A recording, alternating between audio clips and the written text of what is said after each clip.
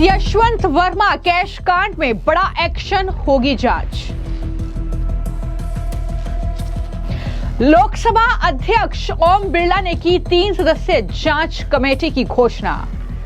न्यायमूर्ति यशवंत वर्मा को पद से हटाने के अनुरोध के आधारों की जांच करने के उद्देश्य से निम्नलिखित 3 सदस्यों वाली एक समिति गठित की है। राष्ट्रपति को भेजा जाएगा जस्टिस वर्मा को उनके पद से हटाने का प्रस्ताव।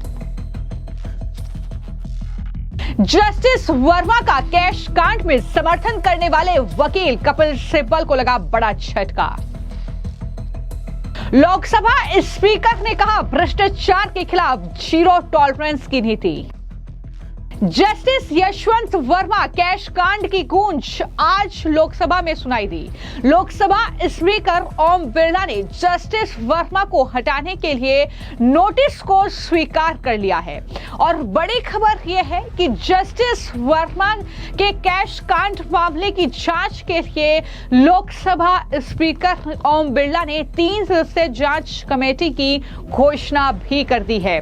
तो लोकसभा में यह ऐलान करते हुए स्पीकर ओम बिरला ने यह कहा कि जस्टिस वर्मा को हटाने की प्रक्रिया शुरू होनी चाहिए क्योंकि उनके खिलाफ जो आरोप लगे हैं उनकी गंभीर प्रकृति है, वो गंभीर है। तो ऐसे में जस्टिस वर्मा पर एक्शन होना चाहिए और लोकसभा स्पीकर ओम बिरला ने जस्टिस वर्मा के खिलाफ जांच हो इसके लिए 3 सदस्यीय कमेटी का गठन कर दिया है, जिसमें सर्वोच्च न्यायालय के न्यायाधीश justice Arvind Kumar, Madras high court के मुख्य न्यायाधीश मनीन्द्र मोहन श्रीवास्तव और कर्नाटक उच्च न्यायालय के वरिष्ठ अधिवक्ता बीवी आचार्य शामिल हैं। ओम बिरला ने यह कहा कि समिति जल्द से जल्द अपनी रिपोर्ट प्रस्तुत करेगी। न्यायमूर्ति वर्मा को हटाने का प्रस्ताव जांच समिति की रिपोर्ट प्राप्त होने तक लंबित रहेगा। ये तमाम बातें लोकसभा में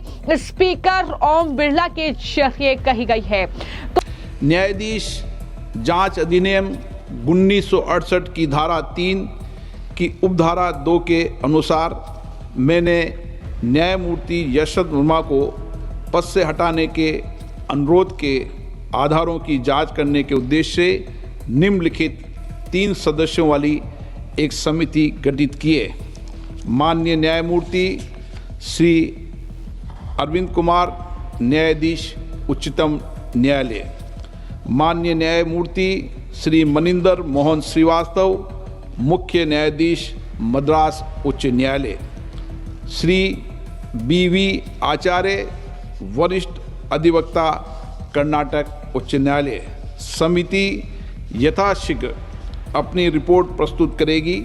जांच समिति की रिपोर्ट प्राप्त होने तक यह प्रस्ताव लंबित रहेगा।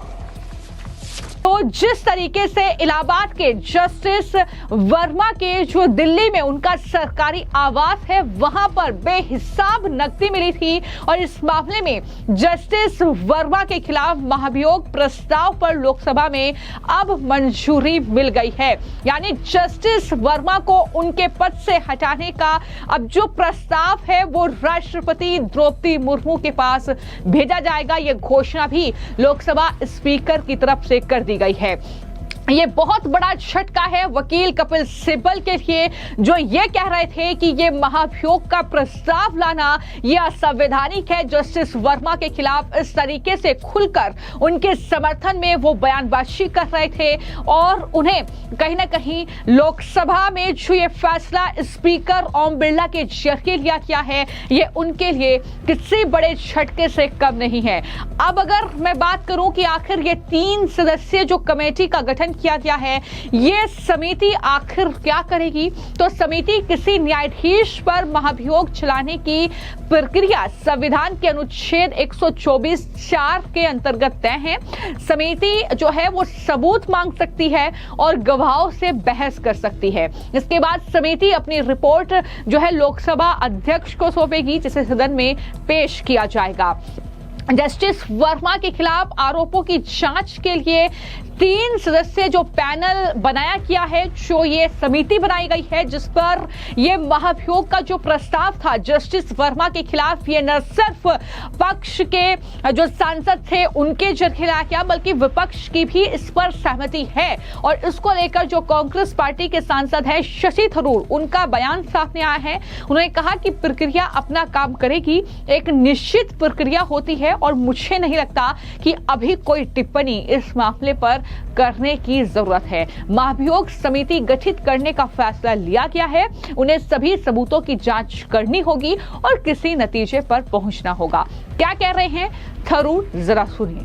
The process will have to take its course. I mean, I think that there is a certain procedure. I don't think that one has to make any comments now. The decision has been made to constitute an impeachment committee. They'll have to look into all the evidence and come to a conclusion. I'm not making any preconceived statement. Well, this will need to be looked into. I think it's very important that the Election Commission address all of these discrepancies.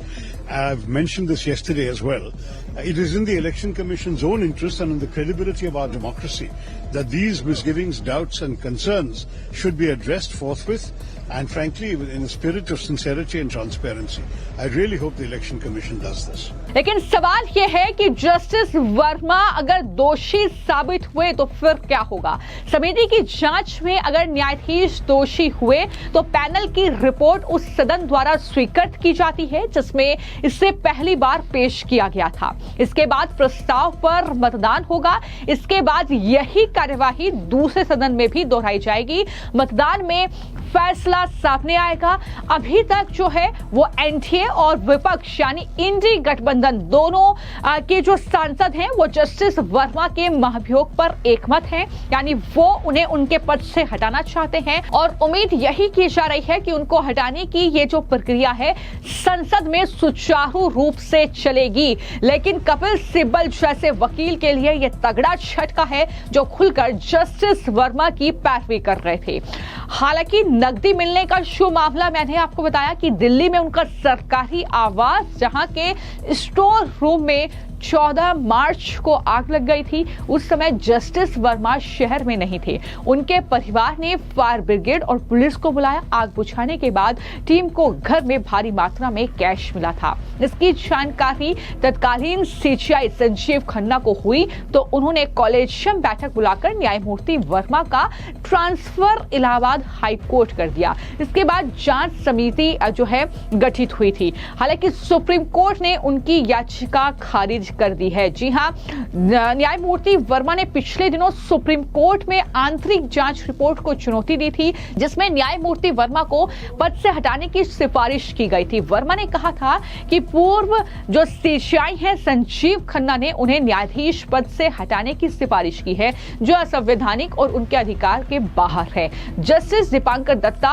और एजी मसीही की पीठ ने उनकी याचिका खारिज कर दी थी। तो इस तरीके से उन्हें सुप्रीम कोर्ट से भी झटका लगा। लेकिन इसके बाद अब लोकसभा में आज ये मुद्दा गूंजा है जहां पर कई प्रमुख बातें लोकसभा स्पीकर ओम बिरला के जरिए कही गई। उन्होंने साफ तौर पर कहा कि 3 सदस्यीय पैनल का गठन हो रहा है जो कि जांच करेगा, इस मामले में अपनी रिपोर्ट सौंपेगा। और वहीं पर उन्होंने कहा कि जो महाभियोग का प्रस्ताव लाया गया है उस नोटिस को वो स्वीकार करते हैं और जस्टिस वर्मा को उनके पद से हटाने के लिए अब राष्ट्रपति को जो है वो प्रस्ताव भेजा जाएगा।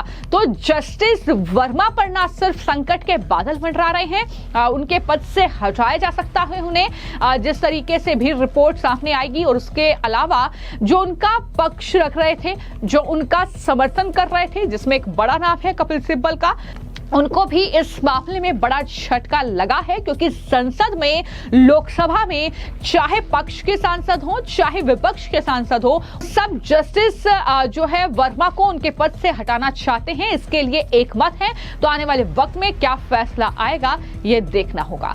फिलहाल आपकी इस पूरे मामले को लेकर क्या राय है हमें कमेंट बॉक्स में जरूर लिखें। धन्यवाद।